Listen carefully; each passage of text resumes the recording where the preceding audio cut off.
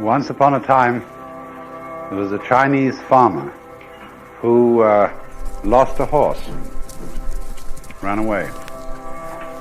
And all the neighbors came round that evening and said, "That's too bad." And he said, "Maybe." The next day the horse came back and brought 7 wild horses with it.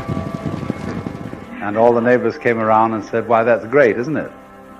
And he said, "Maybe." The next day his son was attempting to tame one of these horses and was riding it and was thrown and broke his leg. And all the neighbors came round in the evening and said, "Well, that's too bad, isn't it?" And the farmer said, "Maybe." And the next day the conscription officers came around looking for people for the army, and they rejected his son because he had a broken leg. And all the neighbors came round at the evening and said, "Isn't that wonderful?" And he said, "Maybe."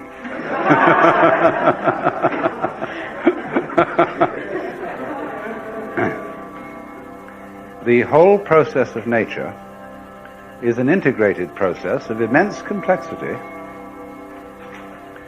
and it is really impossible to tell whether anything that happens in it is good or bad, because you never know what will be the consequences of a misfortune, or you never know what will be the consequences of good fortune.